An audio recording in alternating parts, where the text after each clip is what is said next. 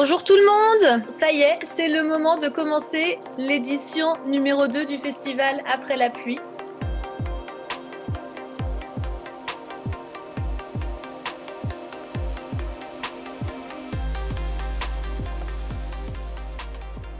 Je m'appelle Anne-Laure, je suis bénévole au sein du collectif des Engraineuses et du coup, je voulais vous remercier au nom des Engraineuses et de toutes les bénévoles qui sont derrière l'organisation de cette deuxième édition du festival Après la pluie. Je tenais à vous remercier tous et toutes d'être là avec nous.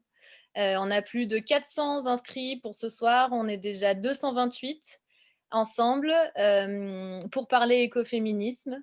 Voilà, donc c'est des situations, c'est une circonstance un peu particulière pour cette édition cette année en ligne, mais ça va être tout aussi bien. Et donc cette année est sorti le livre Après la pluie, donc qui a été écrit par les deux cofondatrices du collectif Les Engraineuses, Solène et Alice. Et donc, dans ce livre, il y a 7 chapitres et donc le festival dure 7 jours. Donc, chaque soir, chaque journée de la semaine qui va suivre est consacré à l'un des chapitres, l'un des thèmes de ce livre. Et on a des personnes formidables qui vont nous rejoindre pour discuter de tous ces thèmes. Et donc, ce soir, on commence avec l'hétéro de l'écoféminisme. On a donc 2 intervenantes et une modératrice qui vont se présenter dans quelques instants. Donc moi, je vais, en attendant, modérer tout ce qui est questions-réponses. Donc n'hésitez pas à écrire si vous avez des questions dans la partie commentaires, questions de votre Zoom. Et donc va y avoir 1 heure d'échange avec les intervenantes et Jade qui fait la modération. Et à la fin, donc, on va avoir une demi-heure d'échange questions-réponses par rapport aux questions que vous aurez posées pendant l'heure qui va venir. Et moi, je disparais. Je vous souhaite un très bon moment à tous et à toutes. Merci du coup d'être présent pour ce premier événement du festival. Je vais d'abord me présenter et ensuite je présenterai le mouvement du WARN qui collabore avec nous pour cet événement, ainsi que nos 2 intervenantes. Donc ce soir, je serai votre modératrice. Je m'appelle Jade Foll, je suis étudiante en droit public à Paris 2 et j'ai découvert le mouvement de l'écoféminisme il y a un peu plus d'1 an et j'ai donc par la suite intégré le collectif Les Engraineuses parce que je crois profondément à l'écoféminisme qui peut, selon moi, répondre aux crises sociales de notre époque, mais surtout qui s'inscrit parfaitement dans les revendications d'une génération qui est toujours plus sensible aux différents enjeux socio-environnementaux. Et c'est le sujet de ce soir, les origines et comment ce mouvement peut apporter des solutions concrètes. J'ai donc le plaisir de recevoir 2 bénévoles du WARN, qui est un mouvement né de la rencontre de plusieurs associations qui ont par la suite pris son propre chemin et qui est devenu une entité à part entière. J'invite l'ensemble de nos internautes à suivre leur page Instagram et à faire un tour sur leur site internet. J'ai donc le plaisir de recevoir tout d'abord Myriam Durassier. Vous êtes illustratrice engagée et médiatrice culturelle au sein du collectif Autour du Feu.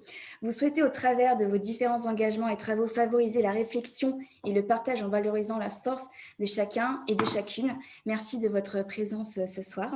J'ai également le plaisir de recevoir Noémie Caour, communicante engagée, ancienne collaboratrice au sein du journal Le Dranche. Vous êtes aujourd'hui à l'initiative de divers projets de sensibilisation au mouvement de l'écoféminisme via le mouvement du WARN. Vous organisez également des ateliers et des cercles de parole autour des mécanismes des relations amoureuses et sexuelles. Merci à vous de votre présence. Et nous allons pouvoir, sans plus attendre, commencer donc cette table ronde avec la première question, qui est: comment définirez-vous le mouvement de l'écoféminisme et qu'est-ce qui fait de vous une écoféministe? Donc pour la première partie, comment définir ce mouvement? Je laisse sans plus attendre la parole à nos intervenantes. Bonjour, alors vous ne me voyez pas encore. Alors moi je me présente, donc je suis Noémie, donc vous me verrez après j'espère, mais c'est plus facile pour moi, c'est rigolo de parler sans me voir. Alors l'écologie et le féminisme, donc c'est un peu le premier parallèle qu'on fait quand on parle de l'écoféminisme. Donc pourquoi on fait ce parallèle-là? Parce qu'en fait le premier élément décisionnel, c'est que le capitalisme et le patriarcat sont la base en fait d'un même système et de même valeur. Ah, ça y est. Et du coup, pourquoi on fait, ces parallèles-là? C'est parce qu'en fait, le capitalisme va, de son côté, exploiter la nature, tout comme la société patriarcale, va exploiter les femmes. Donc pour faire un petit exemple, rapide, la société patriarcale, d'un côté, va entretenir une imagerie sexiste, donc avec la publicité, avec les industries culturelles et donc elle va mettre en scène le corps des femmes, et va s'en servir comme argument de vente et ça va avoir pour effet d'attiser une certaine culture du viol et de l'autre côté, le capitalisme, le système capitaliste va lui exploiter les ressources de la planète, au mépris de ses fragiles, équilibres vitaux et sans rien lui donner en retour. Donc il y a vraiment un viol de la terre, un pillage des territoires et il va vraiment imposer son mode de vie et ses outrances. Et donc avant l'écoféminisme, on faisait la différence entre ces 2 phénomènes d'exploitation et en fait, l'écoféminisme va faire la liaison, entre ces 2 mots et écologie et féminisme et ça va induire, une convergence des luttes, en fait. Et du coup, ces 2 mots vont être indissociables et du coup, pourquoi on fait ces liens? Là aussi, j'ai quelques chiffres à vous donner, qui notamment ont été mis en avant, dans le super livre, Après la pluie, des engraineuses. Donc de Jeanne Burgart-Goutal qui a écrit un des premiers textes, de Après la pluie, où en fait elle explique que, notamment lors des catastrophes naturelles, il y a, un risque de décès qui est plus élevé, pour les femmes. Donc par exemple, il y avait eu des inondations au Pakistan, en 1991 et il va y avoir 90 des morts qui vont être des femmes. Au Japon, pendant un tremblement de terre, il y avait eu une mortalité, féminine qui était 50 fois, plus élevée, 50 pardon, plus élevée et pour nous, en France, la canicule de 2003, il y avait eu, une mortalité 20 supérieure pour les femmes. Donc c'est là où on voit qu'il y a un risque de décès plus élevé dans le cadre des catastrophes naturelles, mais aussi dans le cadre des tâches et du travail. Par exemple, en Inde, on voit que par rapport à l'accès à l'eau et le petit bois, sachant que c'est des tâches qui sont réservées aux femmes, c'est elles qui vont être le plus touchées, par les problèmes environnementaux. Et enfin, plus récemment, par rapport au Covid et au confinement, on s'est pu se rendre compte aussi que, les métiers, qui révèlent du care, les mères de famille, les violences domestiques, vont être, plus gravement touchés, pendant cette période-là. Tous ces facteurs, vont en fait, être, donc historiquement et aussi aujourd'hui, vont être en fait, vont nourrir un contexte politique, social et économique. Donc à l'époque de la naissance de l'écoféminisme, donc dans les années 70-80, il y avait un contexte particulier qui était celui de la guerre du Vietnam, de l'anti-impérialisme aussi avec, encore des colonies présentes. Donc il y avait tout un mouvement d'antimilitarisme, et contre la guerre et aussi, des catastrophes nucléaires à l'époque, donc il y avait Tchernobyl, en Ukraine, et beaucoup d'accidents industriels qui faisaient qu'en fait, il y avait un contexte qui était très néfaste pour l'environnement et du coup, à cette époque-là, il y a eu un événement clé, qui s'appelle la Women's Pentagon Action, donc il y en a eu 2 en 80 et en 81, qui en fait a rassemblé, 2000 femmes contre la guerre, contre le productivisme et il va y avoir toute une procession avec des poupées, de la danse, des chants, des cris, des tambours. Donc il y a des femmes qui vont aussi, jeter des sorts, et en fait ce mouvement-là est assez clé et assez historique, donc c'est un des plus gros, événements, de l'écoféminisme, et va vraiment, inspirer le mouvement et insuffler, la force de l'écoféminisme à ce moment-là. Donc ça, c'était, donc plutôt aux États-Unis, mais en France, on a une Française du coup, qui s'appelle, Françoise Daubonne, qui, elle est une féministe radicale, donc qui va être plutôt proche du communisme et qui, donc est assez marquée par le rapport Meadows, à l'époque et donc qui est beaucoup plus partisane de la décroissance et elle, en fait, elle va commencer à créer des groupes de réflexion autour de féminisme, pardon et de l'écologie.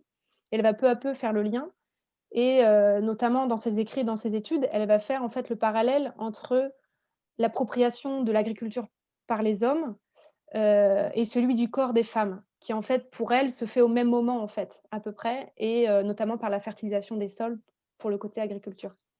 Et donc elle va vraiment être dans ce rejet de libéralisme et dans cette critique du travail salarié. Et avant de passer à,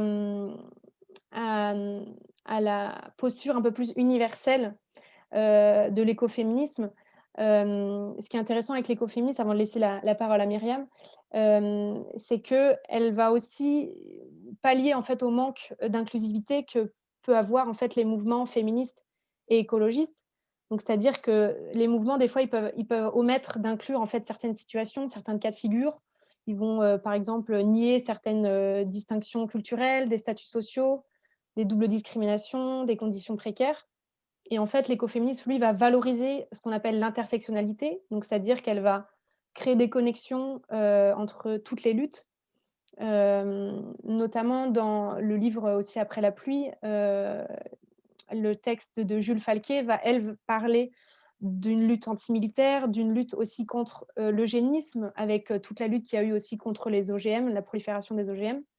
Et il y a aussi, tout un combat, sur, l'anticolonialisme et l'antiracisme, donc on y reviendra, plus tard dans la conférence. L'idée, c'est qu'elle essaie de rassembler, en fait, toutes les victimes d'un même système d'exploitation, donc celles des plus faibles et elle va refuser des schémas de domination et d'exploitation. Et en fait, l'idée, c'est qu'elle veut créer, valoriser un gigantesque écosystème commun où tout le monde, a sa place. Myriam, si tu veux compléter? Effectivement, l'écoféminisme, c'est un mouvement multidimensionnel, universel et multidimensionnel. En multidimensionnel, ça a l'air d'un gros mot, mais c'est simplement qu'il est multiple et qu'il s'insère dans toutes les sphères de nos vies, dans la sphère politique, dans la sphère pratique, de notre vie pratique, dans la sphère spirituelle.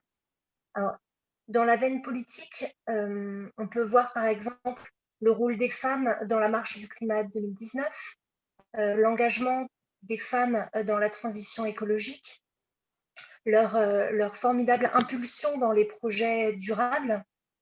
Dans la veine spirituelle, j'entends par sorcière, rituel, déesse, féminin sacré. Cette approche spirituelle, elle est plus ésotérique. Elle considère la nature comme sacrée, comme transcendante. Cette branche spirituelle, c'est pour aussi revenir sur nos croyances. Des croyances qui n'instaurent pas un rapport de domination. Dans les religions monothéistes, on peut voir qu'elles sont empreintes de patriarcat. Le Dieu unique, c'est un homme de sexe masculin, et les femmes tiennent souvent le rôle de pécheresse, de tentatrice, de servante ou encore de mère. Alors moi, je suis de culture judéo-chrétienne, donc je me suis construite avec la Bible, l'Ancien Testament et le Nouveau Testament. Donc je peux vous parler ici du Dieu Yahvé de la culture judéo-chrétienne. Et ce Dieu-là, comme sur les femmes, il a également tout pouvoir sur la nature. Il la crée en 7 jours et il la contrôle. On peut voir en tout cas dans les différents écrits, par exemple, son pouvoir sur l'élément eau dans différents épisodes bibliques. Par exemple, l'épisode de l'arche de Noé où il y a le déluge et où les hommes sont ensevelis. L'exode des Juifs, guidé par Moïse, où la mer Rouge s'ouvre pour laisser le peuple juif s'échapper et se referme sur les Égyptiens. Ou encore, dans le Nouveau Testament, Jésus qui, lors d'une pêche, apaise le lac de Galilée et permet donc de sauver ses apôtres de la mort. Donc l'écoféminisme spirituel se donne pour défi d'aller au-delà d'une vision hiérarchisée, une vision dualiste du monde. Repenser le religieux, en tout cas dans ce contexte-là, c'est également repenser le politique. le rapport au sacré et à la nature, ça passe par la réappropriation de la figure de la sorcière. C'est une recherche du il y a chaman, femme sauvage, réceptive, instinctive, qui se connecte à soi, au monde. Et en s'appuyant sur l'ouvrage de Sorcière, la puissance invaincue des femmes de Mona Chollet, on comprend alors autrement le sexocide des sorcières perpétué par l'Inquisition. Il y a Noémie qui nous montre le livre en même temps. Et on découvre autrement la fameuse chasse aux sorcières. Dès la fin du Moyen-Âge, ces femmes sont tuées pour plusieurs raisons. Leur sexe, leur soif de pouvoir, leur soif de liberté. Je commence à dire n'importe quoi. Leur soif de liberté, leur célibat choisi, leur indépendance, leur savoir-faire de guérisseuse, telles que sage-femme, telles que avorteuse. Elles sont subversives parce qu'elles s'opposent au pouvoir et au capitalisme. Donc, leur savoir-faire, là, devient un danger parce qu'elles proposent un autre modèle. Donc, avec la perte de ses ressources, la perte des connaissances, la perte de leur expérience, la femme, là, elle est dénaturée et aujourd'hui, elle se réapproprie sa puissance. Et c'est se reconnecter à ce dont on a été coupé, c'est revaloriser ce qui a été dévalorisé, que ce soit par le corps ou encore les compétences intellectuelles ou émotionnelles. Et la dernière veine, la vie pratique dont je parlais tout à l'heure, c'est effectivement se réapproprier son corps, se réapproprier son expérience, ses savoir-faire, mais c'est aussi développer des apprentissages qui permettent l'émancipation de soi. C'est se permettre aussi de s'autonomiser. Et ça va passer par l'apprentissage do I yourself, enfin, D-I-Y. Et c'est voilà, réduire son empreinte écologique, c'est avoir également une mesure, une vigilance en tout cas sur l'équilibre de la charge mentale au sein de son couple, au sein de son foyer. Et c'est pouvoir continuer à se découvrir, à s'écouter, à ajuster son rythme en se connectant toujours à ses besoins et à son environnement. Et ici, on reparle de se réapproprier sa puissance, c'est aussi se réapproprier son pouvoir, mais sans écraser les autres, sans se trahir. Et ça nous amène à ce besoin, à cette nécessité en tout cas, de solidarité entre les femmes et évidemment entre les femmes et les hommes. C'est aller au-delà aussi des comparaisons caricaturales qui entraînent une compétition, un rapport de force intrasexes et entre les sexes. Moi-même, parfois, je me surprends à dégrader une autre femme pour me valoriser moi, pour paraître différente, avec la peur d'être associée à des trucs de femme, à surtout ne pas être comme elle. Genre, moi, je préférerais qu'il y ait des hommes parce que des filles, franchement, c'est chiant, ça crée une ambiance comme ça, on va forcément parler de ça, comme si, en fait, on n'était pas la somme d'individualité, mais comme si le sexe induisait forcément une pratique ou une problématique particulière. Alors, sortir de la sororité, c'est aussi sortir de la conception de la bonne féminité. Une bonne féminité qui repose sur une vision naturaliste, essentialiste. Une vision selon laquelle les femmes partageraient un fond commun différent, complémentaire de celui des hommes. Une essence universelle, intemporelle, immuable, qui s'incarnerait et se manifesterait en dehors de toute détermination historique, culturelle et sociale. Et ici, il est important de rappeler que les femmes, elles diffèrent les unes des autres par leur classe sociale, par leur appartenance ethnique, par leur nationalité, leur âge, leur choix surtout. Et il est impossible de prétendre qu'il existe une femme, comme il est impossible de prétendre qu'il y a une nature masculine. Et là, le mouvement écoféministe,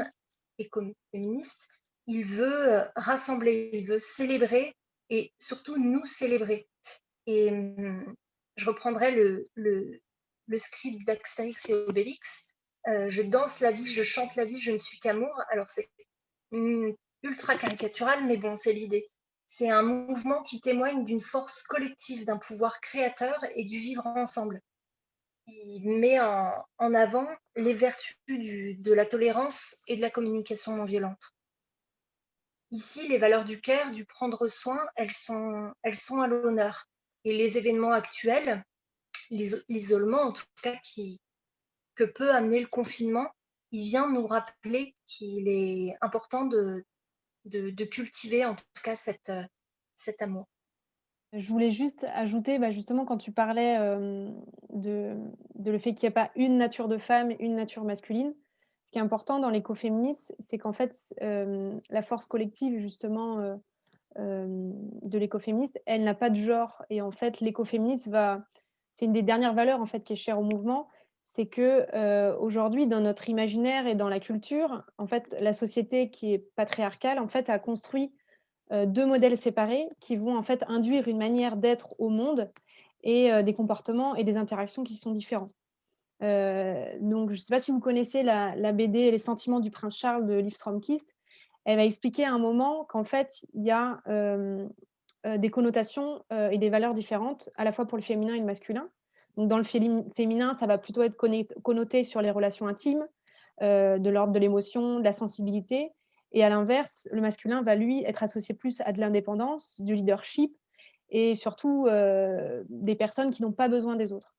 Et en fait, le système patriarcal va, lui, associer négativement ce qu'on appelle le care, donc tout ce qui est associé au féminin. Et donc, ce qui est assez incohérent, c'est que justement, après la pluie aussi, il y a d'autres exemples, c'est qu'en fait, comme si les femmes ne pouvaient pas incarner aussi des valeurs masculines et qui, des fois, ça pouvait être néfaste. Il y a l'exemple qui est dans le texte de Jules Falquet où elle explique que nous savons bien que Margaret Thatcher a été une chef de guerre impitoyable au Malouines, que Condoleezza Rice a soutenu la torture à Guantanamo ou que Michelle Bachelet au Chili a laissé en prison durant les 112 jours de sa grève de faim la militante mapuche Patricia Troncoso. Donc c'est là où on voit qu'en fait, il y a une incohérence, et notamment dans un autre livre que je vous conseille, je suis un peu bibliothécaire aujourd'hui, c'est Reclaim, que à chaque fois je mets là comme s'il y avait une caméra, c'est là, Reclaim, où justement elle parle de ces valeurs universelles, donc je cite l'extrait, elle dit qu'en fait les femmes ne sont pas plus proches de la nature ou plus naturelles que les hommes. Par exemple, les émotions que les écoféministes souhaitent prendre en compte de manière collective dans la sphère politique ne sont pas féminines en tant que telles, elles ont été historiquement associées à la féminité et transmises comme telles. Mais ces valeurs-là, elles concernent en réalité tout le monde. Et du coup, l'écoféminisme va revaloriser ces valeurs féminines, donner des associations plus positives, donc celles du care.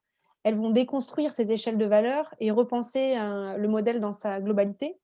Donc, elle va aussi rappeler que le féminisme, l'écoféminisme, n'est une idée, n'est pas un mouvement qui exclut les hommes, parce que ça serait totalement incohérent en fait de reproduire un schéma de domination, étant donné que l'écoféminisme veut construire justement un monde meilleur sans exploitation.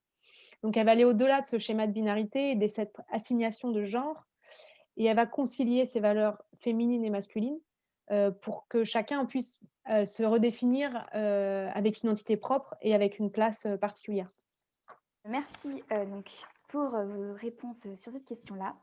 On passe à la seconde question qui est, alors cette année a été marquée par une actualité très dense et des événements majeurs au niveau international. Et donc quel éclairage l'écoféminisme peut apporter dans l'analyse de ces événements, comme par exemple la crise du Covid, et on verra par la suite d'autres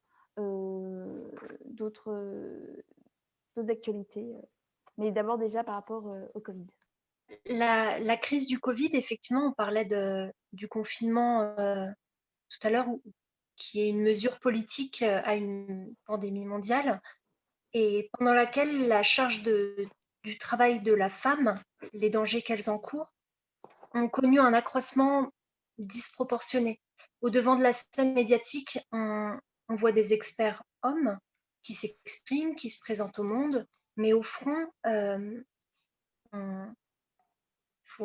prend conscience en tout cas que le personnel qui continue de travailler sur les sites en présentiel au risque de leur vie, c'est majoritairement en tout cas des femmes, des infirmières, des caissières, des aides-soignantes, des sages-femmes, des employés d'IPAD.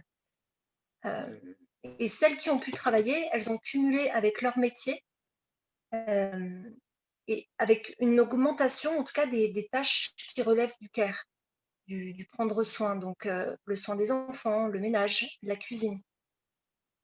Et on peut également observer l'aggravation des violences domestiques de par la minimisation, en tout cas, de l'espace du foyer.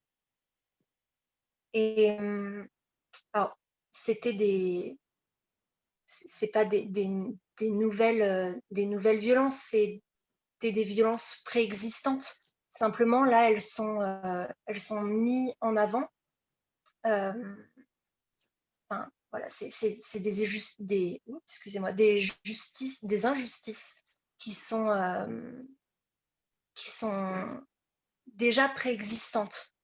On peut s'appuyer là sur le texte qui est également dans le livre Après la pluie de Jeanne Burgat-Goutal, qui dit que ces inégalités, elles se manifestent par les facteurs économiques, les facteurs sociaux et les facteurs culturels. Les facteurs économiques, parce qu'à l'échelle mondiale, la précarité, le seuil de pauvreté est supérieur chez les femmes. En France, la rémunération des femmes, elle reste inférieure à celle des hommes, à poste égal. Et il existe toujours le plafond de verre, avec des postes à responsabilité inaccessibles. Dans les facteurs sociaux, il y a toujours la division sexuelle du travail, la répartition inégale des tâches entre les hommes et les femmes. Et dans les facteurs culturels, c'est toujours la culture du mainstream, les stéréotypes de genre qui continuent d'associer des caractéristiques aliénants et affaiblissants et qui sont toujours conduits à travers les préjudices de l'éducation. Donc, on dit toujours, voilà, conduire une voiture, l'amour des sciences, des technologies, la faculté de se battre, de prendre des décisions, des initiatives, c'est réservé aux hommes.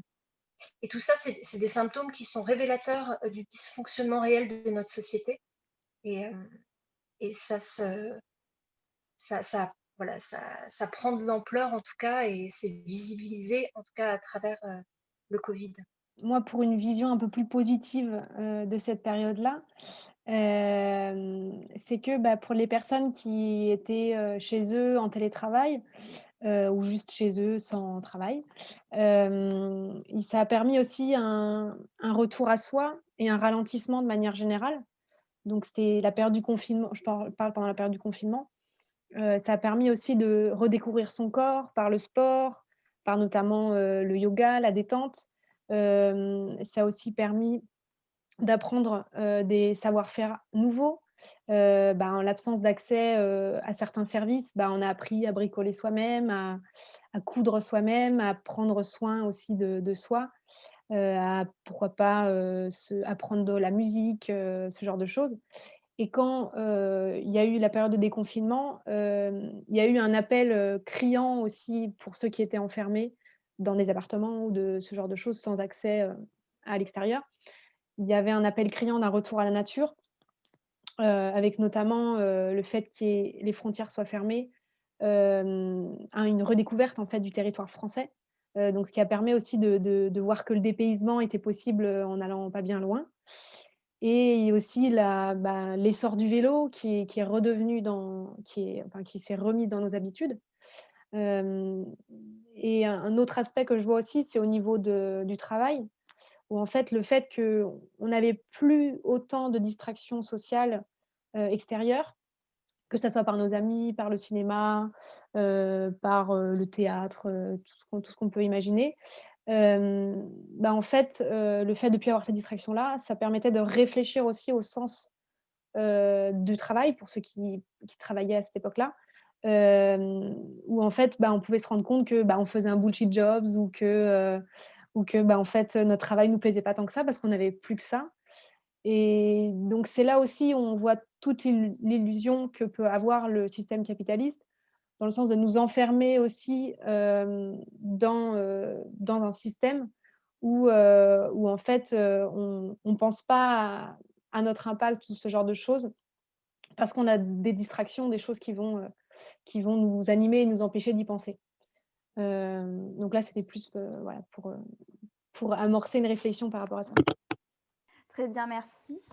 Et du coup, et en quoi l'écoféminisme peut répondre aux luttes et réactions féministes? Qu'est-ce qu'il peut apporter de plus que les autres mouvements simplement féministes, avec peut-être aussi un petit point sur le mouvement Black Lives Matter, toujours dans la même optique de réfléchir à ce que ce mouvement peut apporter. Par rapport aux actualités féministes qu'on a pu avoir cette année, on a pu voir notamment avec la nomination de Polanski au César, qui a eu en fait un soutien assez important pour Adèle Haenel quand elle avait quitté la salle, que ce soit sur les réseaux sociaux ou sur place. Donc c'était un moment aussi assez fort pour le féminisme. Donc ça, c'est un événement que moi je retiens en particulier. Il y a aussi eu des actions récemment, l'action commune qu'il y a eu dans les lycées, notamment avec les filles qui se sont mis en jupe ou qui ont mis des crop tops pour dénoncer justement le fait qu'il y ait des différences de traitement entre les filles et les garçons.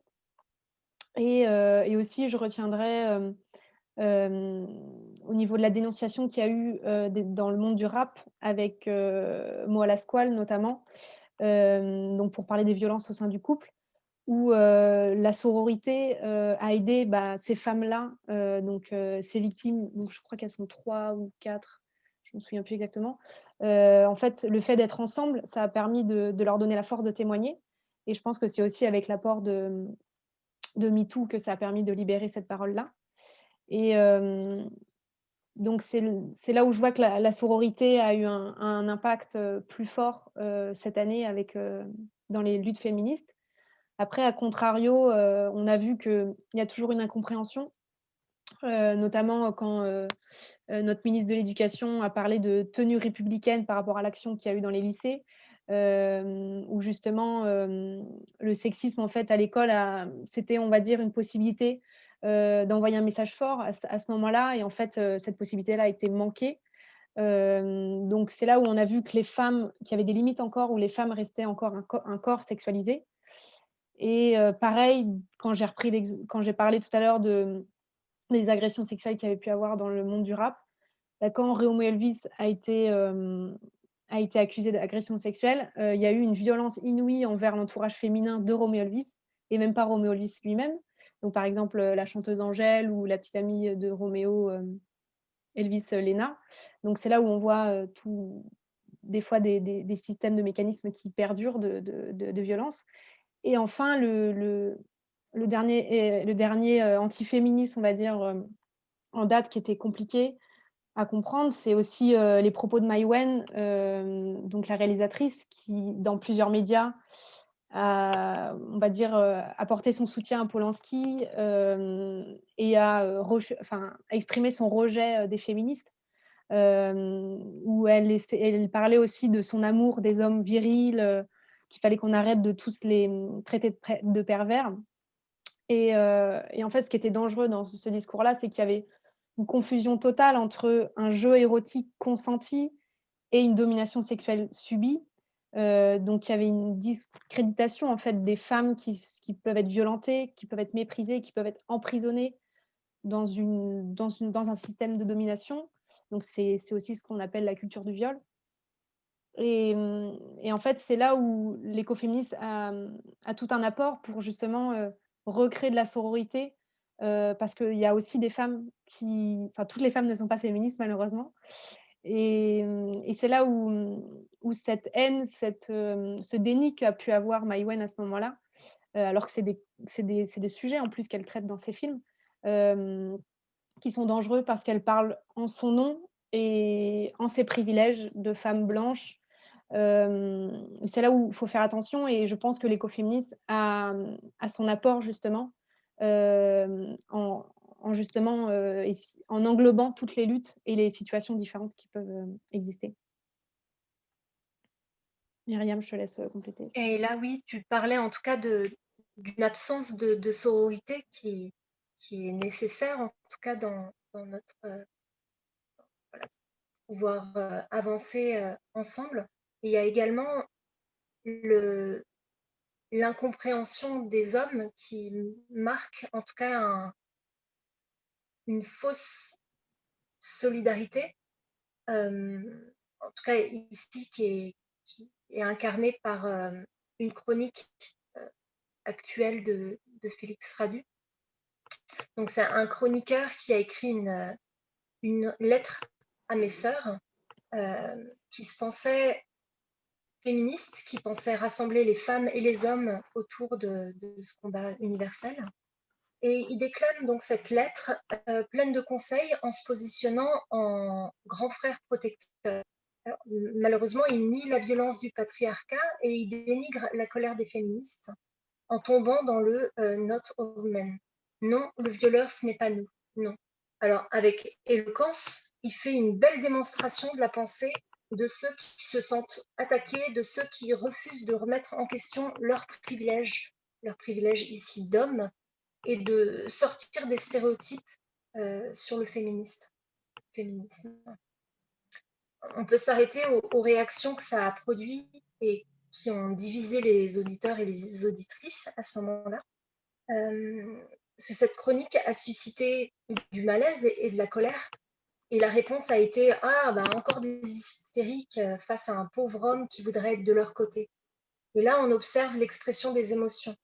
Si un homme sensible, ému, larmoyant, on s'extasie, on va se dire « Waouh, mais c'est beau, c'est fort, c'est puissant, il vit quelque chose d'intense là, il est vraiment authentique. » Mais à l'inverse, on ne tolère pas une femme qui s'énerve.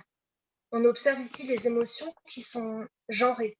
Autant les émotions, le sensible, c'est rangé du côté du féminin, autant la colère, non, c'est chasse gardée.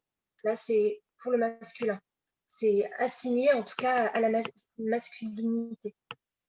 Alors, quand on voit les réactions face à la chronique, par exemple de Dou ou de Camille et Justine, on peut leur reprocher le ton agressif, avec pour commentaire « Ah, mais c'est pas ça qui va rallier les hommes, hein. Ah, bah ça, c'est pas ça qui va permettre de faire avancer la cause féministe. » Et on peut se demander, et si justement c'était notre colère, notre peine, notre indignation qui nous permet de relever justement ces injustices, qui permettent d'équilibrer et de demander justement nos droits. Quand on pense à la femme en colère, on pense tout de suite à l'hystérique. Et entretenir ce mythe, c'est un mécanisme de contrôle social qui vise à faire rentrer dans les rangs les femmes qui s'écartent de la norme sociale. On voudrait qu'elles soient dociles, qu'elles soient passives, qu'elles soient surtout invisibles. Et finalement, comme dans toutes les luttes,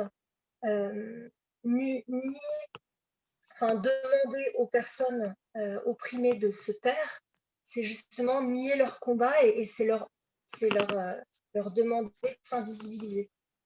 Et alors là, je parle d'un homme qui on dit, il a été maladroit, il a été, mais c'est pour pouvoir nuancer, pour pouvoir justement ne pas s'approprier en tout cas une militance. On peut dire que l'approche bienveillante des hommes pour la cause féministe, elle est possible et elle est bienvenue. Par exemple, il y a le musicien Wax en réponse à un texte de la chanteuse Pomme. Il y a Axel Latuada, le youtubeur de la chaîne Et tout le monde s'en fout, qui a répondu à la chronique de Félix Radu et par une lettre à mes frères. Donc la solidarité entre les hommes et les femmes, elle est possible. Simplement, les mots ont du pouvoir et faut être attentif à ce qu'on dit, et c'est pas des simples maladresses. Chaque prise de parole, elle est puissante. Et c'est en ça que la colère a été révélée. Merci. Et pour le dernier point de cette question, par rapport aux gilets jaunes, ce rapport, pas ce rapport, mais en tout cas, précarité et contraintes écologiques. Donc, pareil, toujours, comment est-ce que ce mouvement peut apporter des réponses et comment concilier ces deux choses. Enfin, pas concilier, mais en tout cas, comment est-ce qu'on peut comment dire, avoir justement le discours notamment par rapport à l'écologie, etc., dans le mouvement des Gilets jaunes et au sujet de la précarité du coup des gens. Oui, par rapport aux gilets jaunes, ce qui était intéressant en fait de voir, c'est que donc les mesures qu'il y avait à l'époque, donc en fait visaient une frange de la population particulière, donc justement les plus précaires qui utilisaient leur voiture tous les jours, ou notamment pour les routiers, tout ce qui est les familles nombreuses, les ouvriers, et en fait ces mesures-là ont été vues un peu comme une attaque pour les plus précaires à ce moment-là. Et en fait, c'est une logique qui est souvent utilisée dans le système capitaliste, de justement, c'est compliqué sans mes notes, mais de justement de choisir une mesure particulière en faisant un espèce de déni sur un confort matériel et un confort intellectuel global, des richesses que peut avoir certaines personnes. Donc là, dans le cadre de ce qui s'est passé pour les Gilets jaunes, le fait qu'il n'y ait pas eu de mesure d'accompagnement. Et en fait, ça entretient un certain discours négatif en fait, autour des mesures écologiques, parce qu'elles ne sont pas accompagnées. Et c'est des mécanismes aussi, des schémas qui sont aussi répliqués aux pays plus précaires, aux pays du Sud notamment, les anciennes colonies aussi. Et c'est dommage parce qu'en fait, il y a sur le discours de l'écologie, on va dire gouvernementale, il y a une espèce d'infantilisation et en fait pas du tout de remise en cause du système de consommation à outrance, de croissance. Et en fait, on ne parle pas du tout des apports de l'écologie dans son sens d'économie, on va dire, de vie plus économe, de minimalisme, de retour à l'essentiel, et de tout ce qu'elle peut apporter en fait à notre vie de manière générale, qu'on appelle les externalités positives. Et donc voilà, ce discours gouvernemental du coup nie ces choses-là. Et c'est intéressant parce qu'à ce moment-là, les mouvements écologistes qui dénonçaient, qui étaient un peu plus extrêmes dans le sens qu'ils vont vraiment prendre la racine du capitalisme, ils ont rejoint aussi la lutte des Gilets jaunes. Et du coup, ça permettait de pour une fois lier les facteurs sociaux aux facteurs écologiques. Et donc, ça a permis une convergence des luttes à cette période-là, qui correspond aussi beaucoup à la thèse écoféministe, qui permet de rassembler aussi dans la domination, de rassembler les personnes qui sont les plus précaires et qui ont des différents statuts sociaux. Donc ça, c'était pour les Gilets jaunes. Et ensuite, peut-être un petit point par rapport aux catastrophes naturelles qui se sont produites, je veux dire, cette année, en tout cas les catastrophes récentes qui ont un peu secoué, on va dire, la planète et qui ont peut-être aussi fait réagir et prendre conscience un petit peu de l'urgence, en tout cas, de régler ces problématiques. Un des exemples, donc pas cette année, mais plutôt de manière générale, il y a notamment les incendies en Amazonie, qui ont en fait rappelé la fragilité de la nature et l'impact colossal que pouvait avoir en fait l'activité humaine sur nos écosystèmes. Et par rapport à cette année, c'est intéressant de faire le parallèle avec ce qui s'est passé avec l'arrivée du Covid et le pangolin. le fait qu'il y a eu un effet domino sur la déforestation et la vente d'animaux sauvages. Donc c'est là où on voit la limite du système capitaliste qui est destructeur et qui en fait permet la naissance de ces virus-là. Et c'est malheureusement que le début. Et du coup, ce qu'on vit aujourd'hui, pour moi, c'est un signal d'alerte, c'est un peu un cri de la nature pour nous dire stop et pour les années à venir. Et plus récemment, ce qui s'est passé en France, dans les Alpes-Maritimes, là, au début du mois d'octobre, c'est là où on voit qu'en fait, à chaque catastrophe naturelle, on reprend conscience de la force des éléments naturels et on voit qu'il y a un retour en fait de la puissance de la nature dans ces moments-là, versus une exploitation et une installation humaine. Myriam, il faut que tu enlèves ton vibreur, c'est horrible. Et qui en fait, l'installation humaine va bloquer en fait la circulation des éléments naturels. Mais ce qui est positif, c'est aussi de voir que dans les catastrophes naturelles, et notamment ce qui s'est passé dans les Alpes-Maritimes, il y a aussi eu toute une solidarité locale dans la reconstruction et que ces temps difficiles, ça permet d'un retour de l'entraide et un retour au local. Donc Myriam, je te laisse compléter. Là, tu nous parlais des inondations. Donc, face aux inondations, on peut se demander comment cohabiter en fait avec la nature, comment on peut vivre en harmonie, comment on prend en compte en fait à chaque fois ces éléments dans le façonnage de nos cités. On a conscience alors d'une perte de la connexion avec nos cycles, avec nos saisons, avec les précipitations qui sont connues dans le monde agricole. Et ça me fait penser à un exemple que mon professeur de danse nous a donné pour faire le parallèle, en tout cas, avec nos corps. Elle a fait un parallèle c'est professeure de danse japonaise, donc elle a fait un parallèle avec l'architecture au Japon. Et là-bas, il y a de nombreux tremblements de terre. Et donc, ils ajustent l'architecture. Les bâtiments, ils ne sont pas construits d'un seul bloc. Ils créent des vides pour laisser de la marge. Ils juxtaposent leur structure, leur charpente, pour qu'elles puissent glisser les unes contre les autres. Si la structure, elle est rigide, si la structure, elle est immobile, alors elle casse, elle rompt. Et il faudra alors tout reconstruire. Et le corps et l'esprit demandent à avoir cette flexibilité, à avoir cette marge de manœuvre pour pouvoir se réajuster.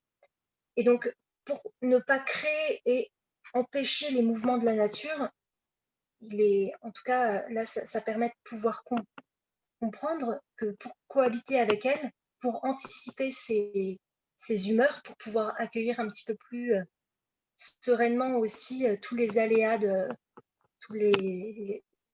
l'environnement, il faut pouvoir aussi ajuster nos modes de vie, nos architectures, nos pratiques pour pouvoir retrouver cette connexion vers laquelle on tend. Merci de vos réponses. On va pouvoir passer à la question suivante, qui est quelle est la place de l'écoféminisme en France et en quoi ce mouvement résonne avec les aspirations des jeunes générations, avec une partie aussi sur les perspectives de ce mouvement, que ce soit en France ou même de façon plus globale internationale. Par rapport à la place de l'écoféminisme en France, ce qui est intéressant de voir, c'est que l'écoféminisme, depuis quelques années, il est en train complètement de renaître de ses cendres. Et parce qu'en fait, il y a les luttes, justement, quand je parlais des Gilets jaunes tout à l'heure, et on n'a pas eu le temps d'en discuter aussi sur tout le mouvement Black Lives Matter, où aussi il y a le fait qu'il y a plein de luttes et plein de privilèges qui sont en fait mis en avant. Et pour comprendre en fait tous ces privilèges, tout ce système de domination, via l'éclairage écoféministe, c'était plus des livres qui étaient universitaires et plutôt des livres étrangers. Donc déjà, le fait qu'on ait Reclaim qui est sorti il y a quelques années et Après la pluie cette année, Ça permet de faire émerger de nouvelles ressources sur l'écoféminisme, donc et qui permet de diffuser justement les connaissances. Sur une approche plus associative, il y a notamment l'ONG CARE qui fait aussi partie d'Après la pluie et qui est aussi souvent interviewée dans les événements des Engraineuses, qui, elle, va avoir une approche qui va à la fois intégrer les inégalités de genre, le droit des femmes, avec l'impact du réchauffement climatique. Donc, elles vont par exemple accompagner les populations, impliquer les femmes, les communautés dans la diagnostic des sols, dans les prévisions météorologiques et les conséquences que ça va avoir. Donc, il y a toute une expérimentation qui est faite au plus proche des publics locaux. Il y a aussi toute une ère de la sensibilisation à l'environnement et au zéro déchet qui est actuellement en cours. Il y a toute une vague de création éthique qui est impulsée par des femmes aussi, que ça soit dans le végétal, dans l'artisanat. Et aussi au niveau politique, notamment avec ce qui se passe avec le Covid, mais aussi de manière générale, on tend vers une revalorisation des métiers du care et j'espère après le Covid que ça sera encore plus. Et il y a notamment des commissions genre et climat qui ont été créées pendant les COP. Donc, il me semble qu'en COP 21, c'était qu'une journée, au COP 22, c'est plusieurs journées dédiées à un genre et climat. Donc, il commence à prendre sa place peu à peu dans la politique. Et après, sur plus une analyse, plus moi, de mon ressenti, ce qui est intéressant avec la convergence des luttes, c'est qu'aujourd'hui, on voit que les mouvements féministes, pour moi, ils font de plus en plus de liens justement avec l'anticapitalisme et les luttes antiraciales. Et on le voit aussi avec l'écologie, les mouvements écolos qui vont aussi faire plus de liens avec l'anticapitalisme. Donc on voit notamment avec aujourd'hui les faiblesses du système capitaliste avec le Covid. Et on commence aussi peu à peu à repenser à des nouveaux modèles, avec notamment le revenu universel. On fait aussi, récemment, là, il y a eu un documentaire que je vous conseille de David Dufresne sur les violences policières. Donc, on commence à faire le parallèle aussi entre les violences policières et la violence d'État. Donc là, on reparle des schémas de domination aussi qui sont dans la police, au sein de la police.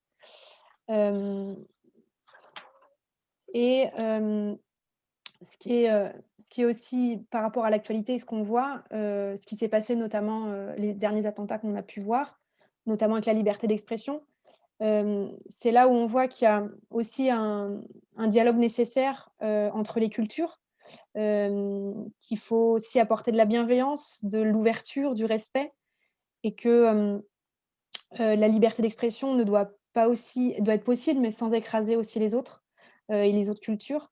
Il y a cette nécessité vraiment de dialogue et de ressouder nos liens. Le fait de justement de faire émerger d'autres sources sur la décolonisation, on avait d'autres sources aussi par rapport à la décolonisation. Il y a eu un super documentaire sur France 2 dessus, mais on vous mettra d'autres références aussi. Donc c'est là où on voit aussi l'apport de la communication non violente et inclusive qu'elle peut avoir par rapport à ces dialogues entre les cultures. Et aussi, ce qui est intéressant, c'est de voir qu'on est aussi dans une période où il y a un retour à la nature qui se fait un peu de manière plus progressive. On le voit aussi pendant le confinement où il y a beaucoup de personnes qui ont changé de lieu de vie. Il y a tout un sentiment de burn-out, entre guillemets, avec le Covid, ou le fait que, on se rend compte qu'on a énormément besoin des autres quand on est séparés d'eux, qu'on a le fait de plus aussi toucher les personnes, qu'on a besoin de nature, on a beaucoup d'inquiétudes aussi face à l'avenir par les crises économiques et du coup, il y a peu à peu aussi un ras-le-bol des villes, une exode un peu urbaine. On recherche l'autonomie, on peut nier aussi son confort de plus en plus. Il y a un livre d'ailleurs que je vous conseille aussi qui s'appelle Utopie sauvage, qui vient de sortir qui fait l'étude justement de toute cette envie de retourner vers la nature. Et nous, avec Myriam, on fait partie d'un mouvement qui s'appelle le WARM, qui organisent des week-ends, dans des lieux alternatifs qui expérimentent la vie alternative plus en autosuffisance. Et en fait, pour moi, c'est important aussi d'expérimenter ces vies, de s'inspirer de ces vies alternatives qui sont plus résilientes, plus en accord avec la nature, et qui vont être aussi des lieux où le dialogue va être plus serein, où on va être plus vigilant sur l'égalité, la bienveillance et la sororité. Donc voilà, pour l'instant. Myriam, je te laisse me dire ça.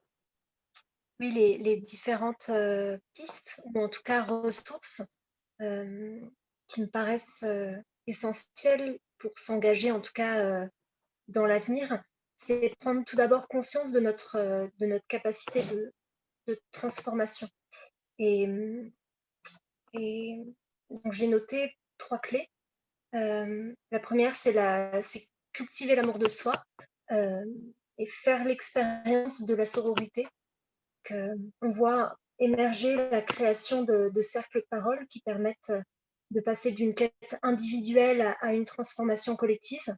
Parce que l'écoute, l'accueil, la valorisation de la parole, l'exploration et l'expression de sa vulnérabilité, c'est un processus qui permet une forme de guérison individuelle et qui permet aussi d'entrer en résonance avec l'expérience d'autres femmes. La deuxième clé, c'est la reconnexion à la terre. C'est explorer son rapport à la nature, c'est expérimenter notre relation à quelque chose de plus grand.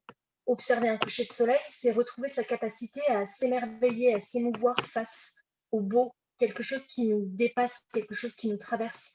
Ça nous relie au mystère des choses et en tout cas, la nature nous permet de toucher quelque chose de notre humanité, de nous relier en tout cas à notre humanité. Souvent on dit j'ai envie de revenir à la terre, je vais aller souffler à la campagne, et ça ne me paraît pas anodin.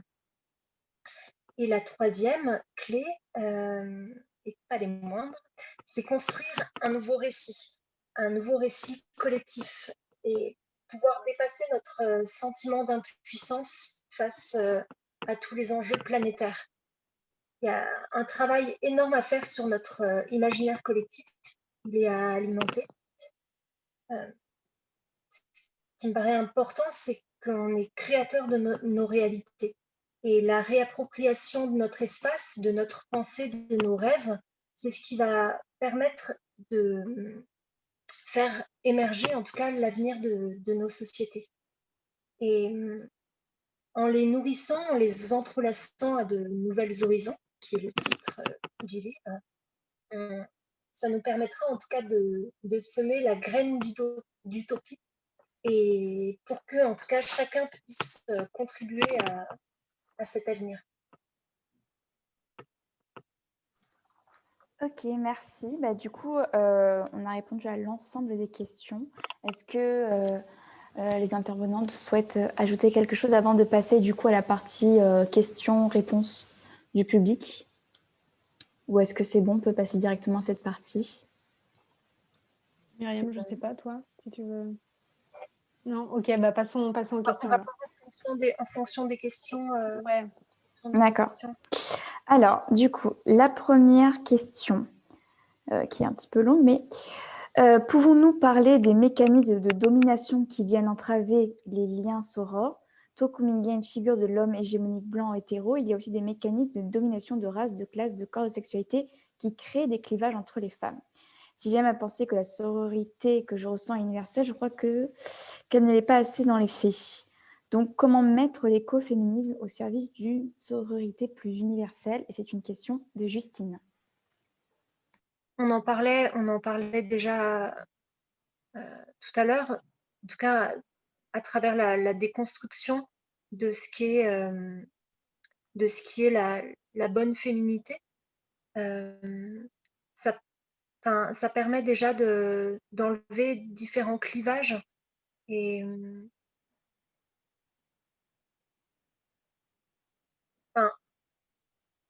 pour aller, en tout cas, pour pouvoir créer cette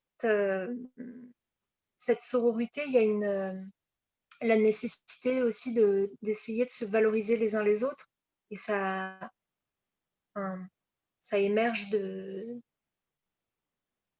enfin, de la bienveillance. Enfin, Je crois que la fille a reformulé et elle dit: «Comment créer et ressentir cette sororité entre toutes les femmes, quelle que soit la case dans laquelle on est?»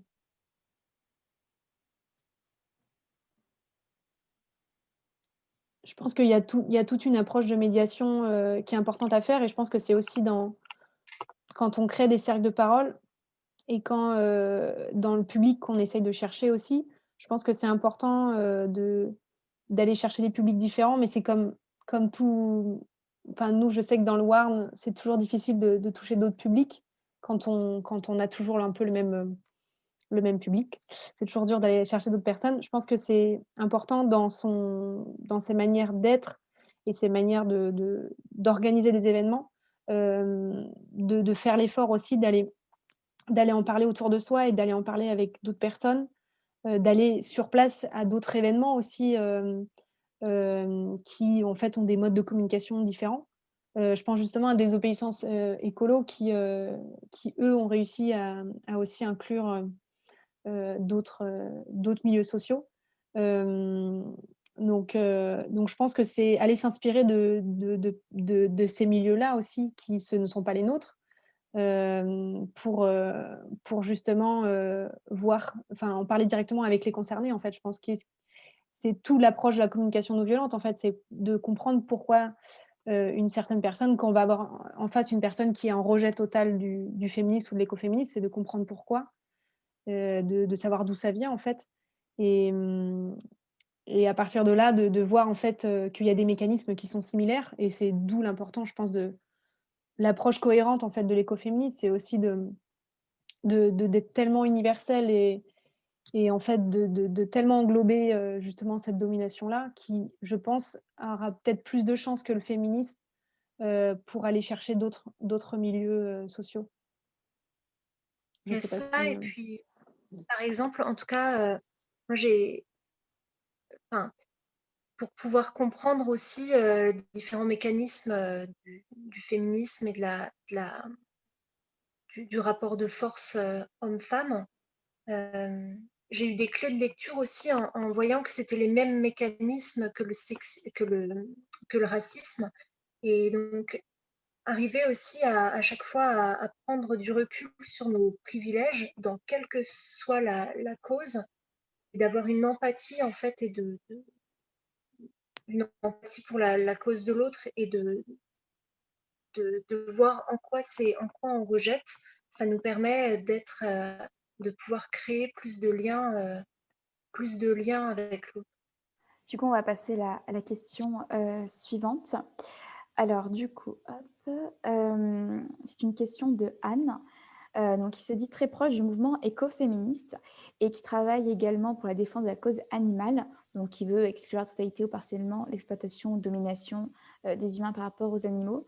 Mais justement, elle a l'impression que le mouvement de l'écoféminisme n'en parle pas assez, en tout cas que la cause animale, elle est un peu invisible dans ce mouvement et elle aimerait savoir du coup pourquoi et comment est-ce que vous l'expliquez. c'est vrai qu'elle a raison. Il y a aussi peu de textes, un peu de choses par rapport à ça. Je pense qu'il y a une approche de l'écoféminisme, qui en fait, quand elle parle de la cause animale, je pense qu'elle l'inclut, aussi dans la terre, les sols et pour moi, en fait, elle inclut, dans la terre, aussi, toute sa faune, toute sa flore. Et c'est vrai qu'elle est plus sur un imaginaire de plantes, de végétaux, et pourtant je pense que la cause animale est une cause qui touche aussi, l'écoféminisme. Donc c'est vrai que c'est peut-être plus à rendre visible dans la lutte. Myriam, je ne sais pas si tu veux dire d'autres choses?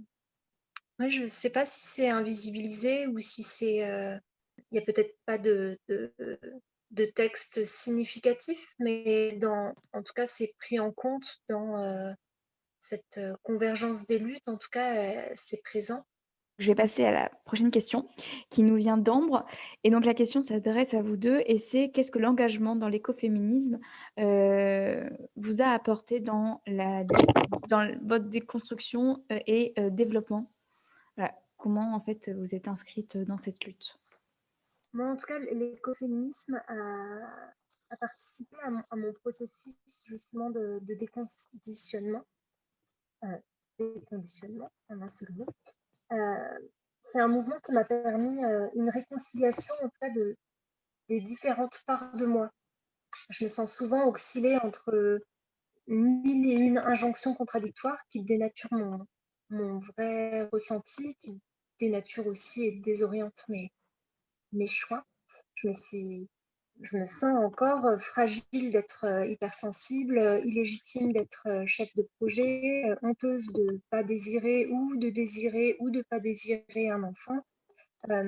C'est des questionnements perpétuels et pouvoir déconstruire en tout cas ces normes, cet héritage social avec quel message j'ai reçu, quel message j'ai assimilé, intégré. Ça me permet aujourd'hui de m'émanciper et explorer en tout cas cet héritage culturel. Ça conduit à transformer mes croyances, à quoi je donne mon accord, qu'est-ce qui a du sens pour moi.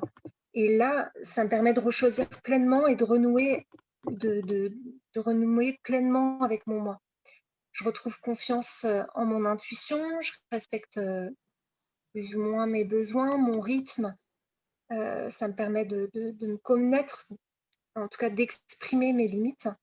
Et aujourd'hui, j'accepte plus ma part de féminin, en tout cas ma part qui doute, ma part qui aime, ma part qui vit, qui vacille et qui est en mouvement en tout cas. Et cette part sensible, c'est ce qui me permet de m'engager, de militer, de m'indigner, d'aimer aussi. Elle me dirige vers un projet en fait plus grand qui me dépasse. Et je me sens écoféministe, en tout cas en me réappropriant cette part du sensible et en l'apprivoisant aussi. Et c'est, je pense, ce qui fait ma puissance. Et pour moi, en fait, moi, l'écoféminisme, j'ai d'abord découvert le féminisme avant l'écoféminisme.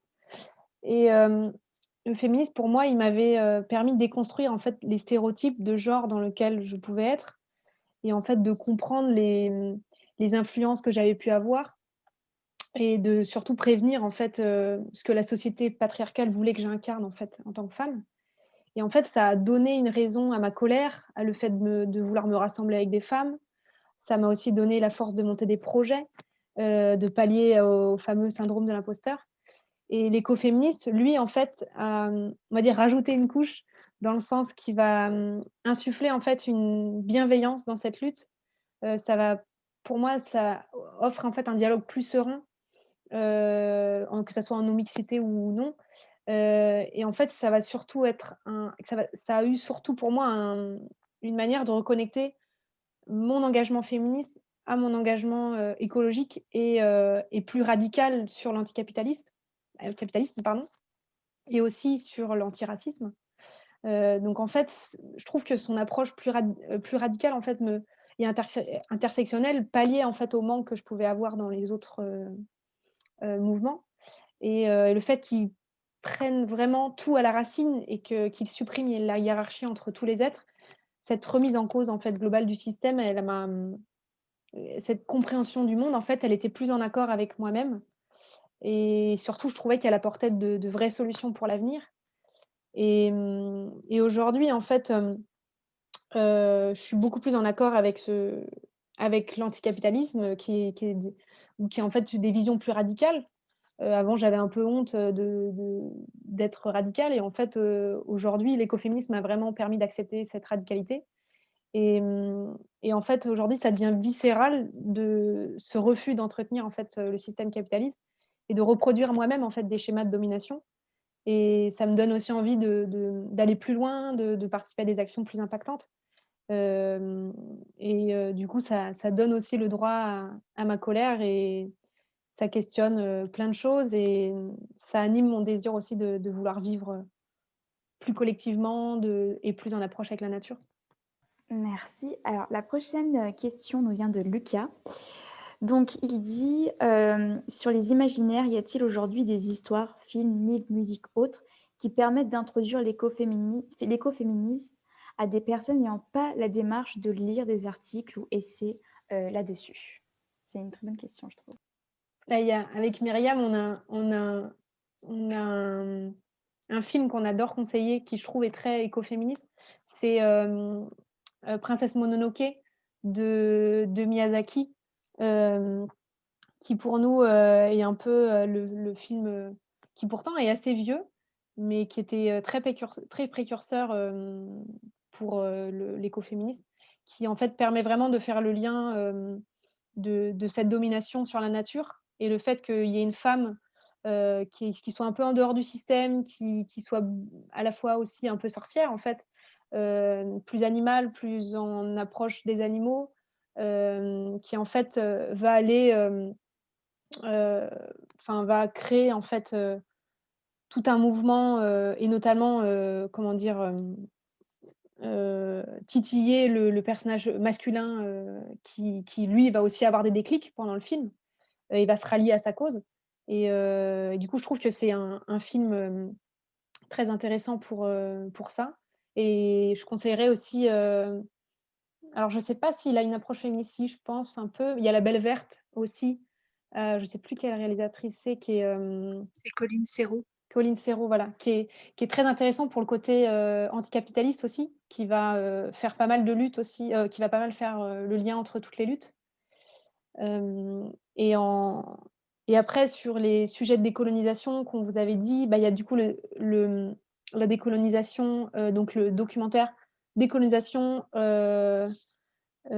sang et larmes, je crois, au sang et larmes, donc qui est sur France 2. Il y a aussi le super documentaire qui est assez touchant, fort, je trouve, qui est I'm Not Your Negro, qui est aussi dispo sur Netflix.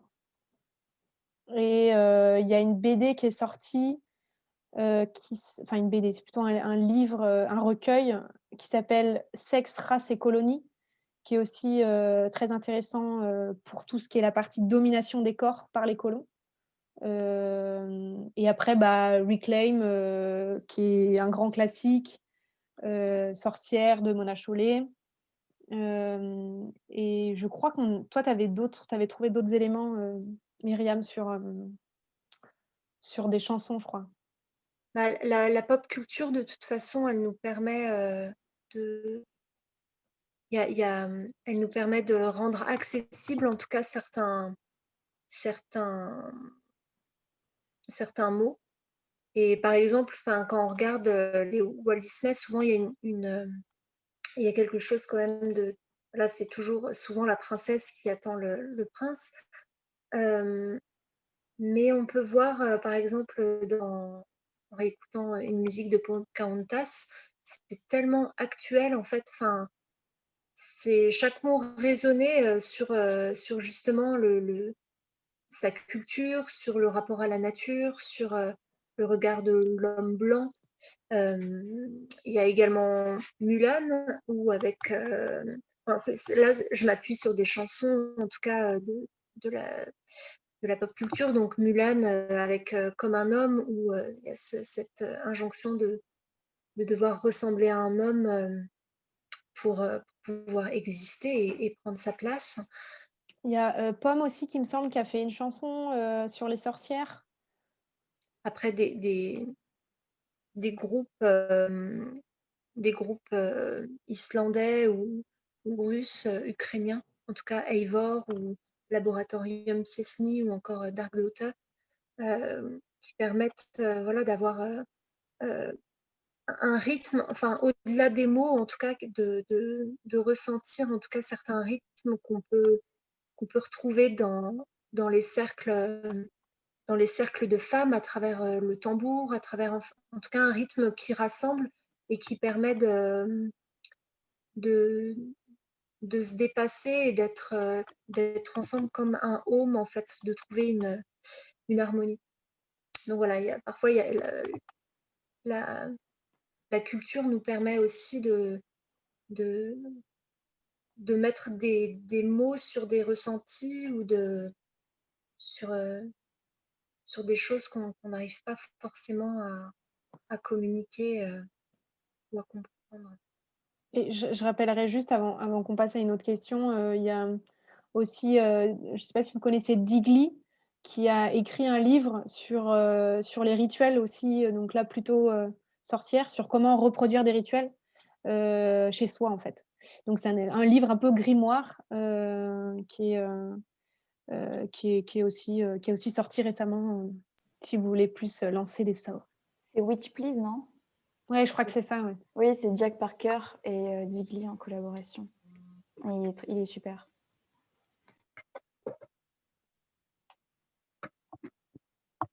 Du coup, la prochaine question, alors, elle nous vient de Marianne. Et donc, elle dit, la femme est considérée comme un être proche de la nature qui suit ses instincts, qui aurait une plus grande animalité que l'homme. Que pensez-vous de cette part d'animalité? Faudrait-il la rejeter ou bien la revaloriser? Pour moi,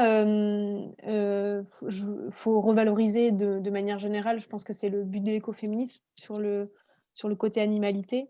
Après, je trouve qu'il y a un discours qui est assez intéressant sur le fait de regarder, ce que la nature regarder les comportements de nature. Nous, notre critique qu'on peut avoir, en tant que personne, en tant qu'humain, souvent et notamment dans, justement Liv Stromkist, elle en parle aussi dans sa BD Les sentiments du prince Charles, où elle explique qu'en fait, on utilise souvent, ce qui se passe dans la nature, en fonction de nos intérêts. Donc, par exemple, les religions vont par exemple, dénoncer des comportements animaux, le fait que l'homosexualité, ça soit pas «naturel», entre guillemets. Elle va utiliser ces discours-là, en fait, pour, le fait que dans la nature, ça n'existe pas, même si il me semble que ça existe en plus. Le fait que ça existe pas dans la nature et bah, ça veut dire que, c'est pas normal, c'est pas naturel et que du coup, c'est à condamner. Et en fait, ces schémas-là, ils sont souvent retrouvés en fait sur ce rejet de ce qui se passe dans la nature et qu'on va, à contrario, utiliser des fois ce qui se passe dans la nature pour justifier, nos comportements. Et en fait, pour moi, ce qui est important, c'est de savoir dans quel monde on veut vivre et qu'est-ce qui pour nous est positif, en fait. Si pour nous, que ça soit l'homosexualité ou l'animalité ou ce genre de c'est quelque chose qui contribue à créer un monde plus tolérant, plus en accord avec la nature, plus en accord avec les êtres, plus en harmonie et ben, en fait, c'est quelque chose qu'on ne doit pas dénoncer, c'est quelque chose qu'on doit juste accepter et valoriser et du coup, c'est là où on voit tout le décalage de faire attention, en utilisant, ce qui se passe dans la nature et parce qu'en fait, derrière, il y a toujours des machinismes, en fait, culturels. Donc c'est plutôt, ne pas toujours utiliser la nature pour expliquer certains actes, en fait et plutôt, incarner ce qu'on veut être, quoi et Myriam, je te laisse, compléter parce que j'imagine que tu as des choses à dire. Bah, de toute façon, je te rejoins sur les nuances où, dans un premier temps, effectivement, il y a un retour à soi, un retour, on parle de la femme sauvage dans le sens instinctive, intuitive. Il y a un besoin de retourner voilà, à écouter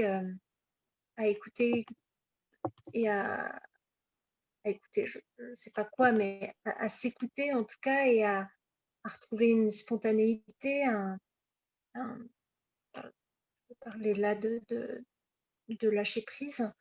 Mais il y a enfin, en y réfléchissant, il y a aussi si effectivement on s'aligne en tout cas sur le côté animal, il y a des parts de nos humanités en tout cas qui peuvent disparaître.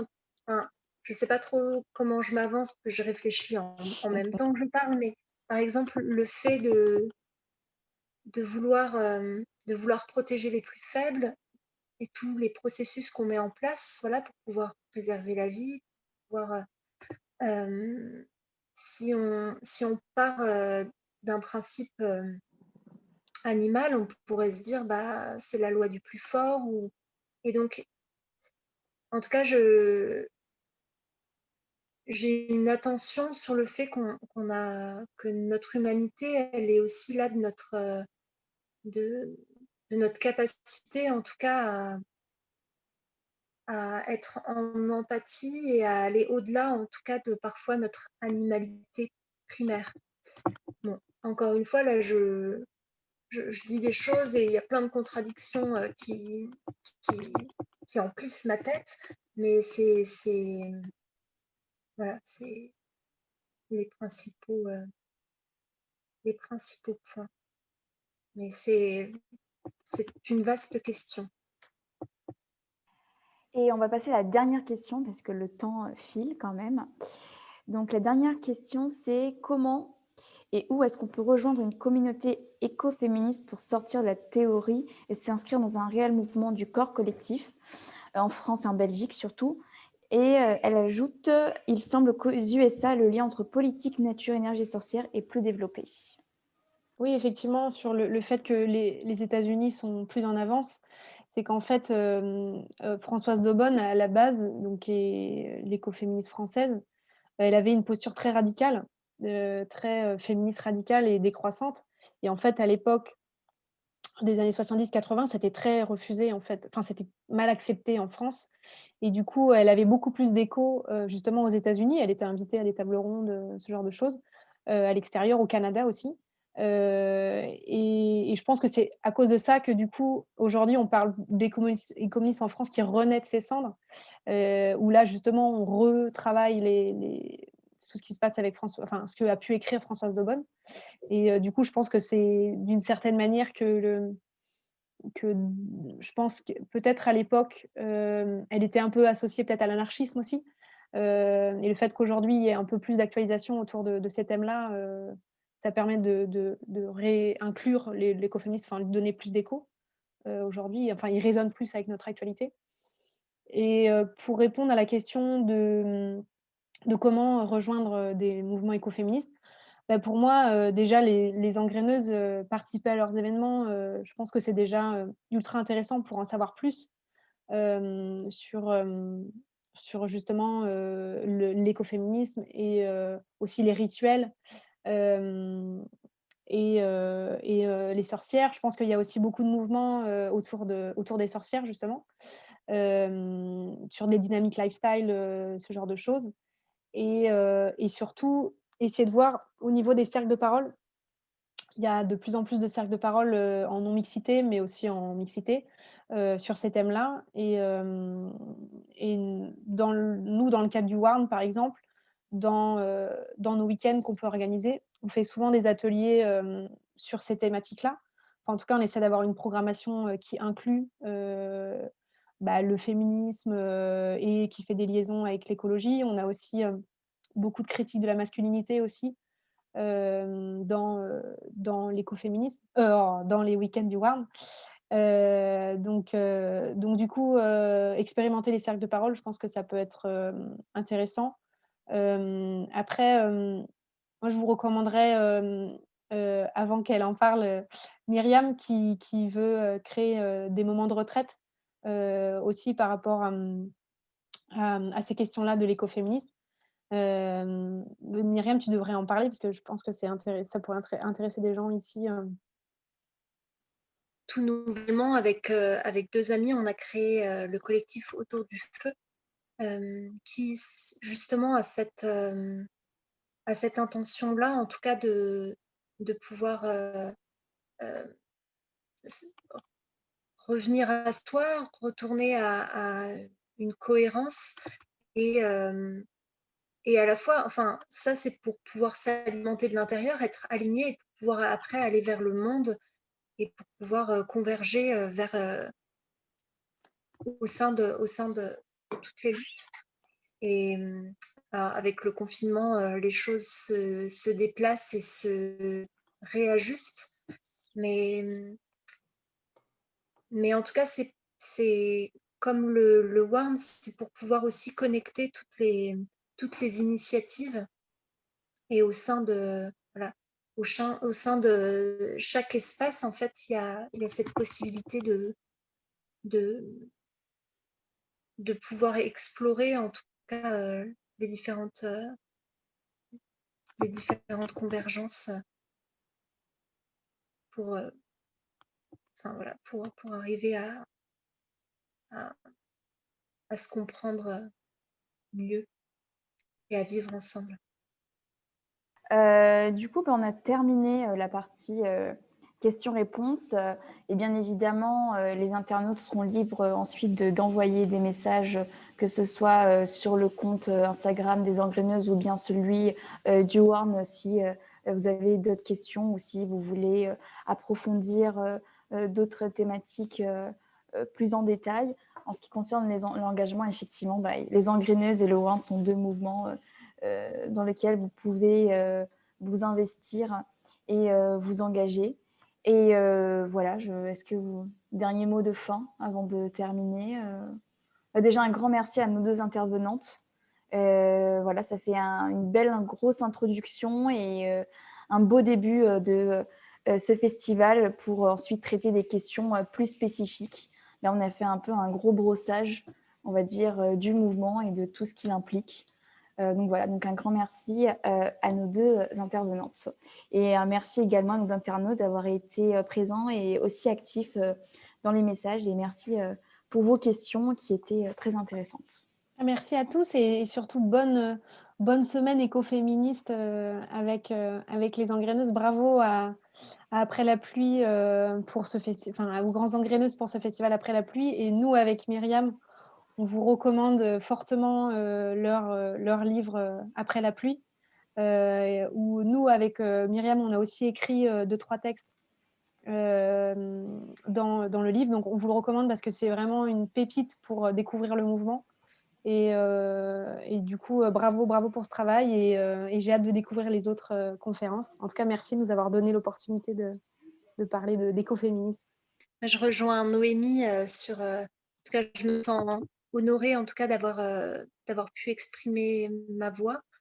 Et c'est là aussi où la place... on se demande parfois comment prendre notre place et comment se sentir légitime. Et là, d'une curiosité, d'une militance, d'une conviction, on a l'opportunité, en tout cas, d'explorer et de pouvoir trouver notre espace d'expression. Et donc, c'est plein de balbutiements, mais c'est plein de réflexions partagées. Et ça, en tout cas, moi, ça me fait sentir participer à quelque chose.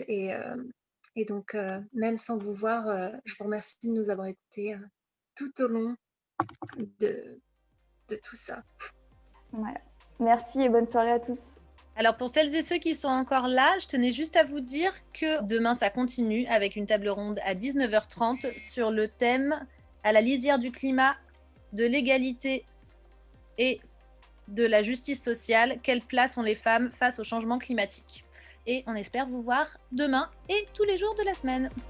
Je vous embrasse et je vous souhaite une bonne soirée.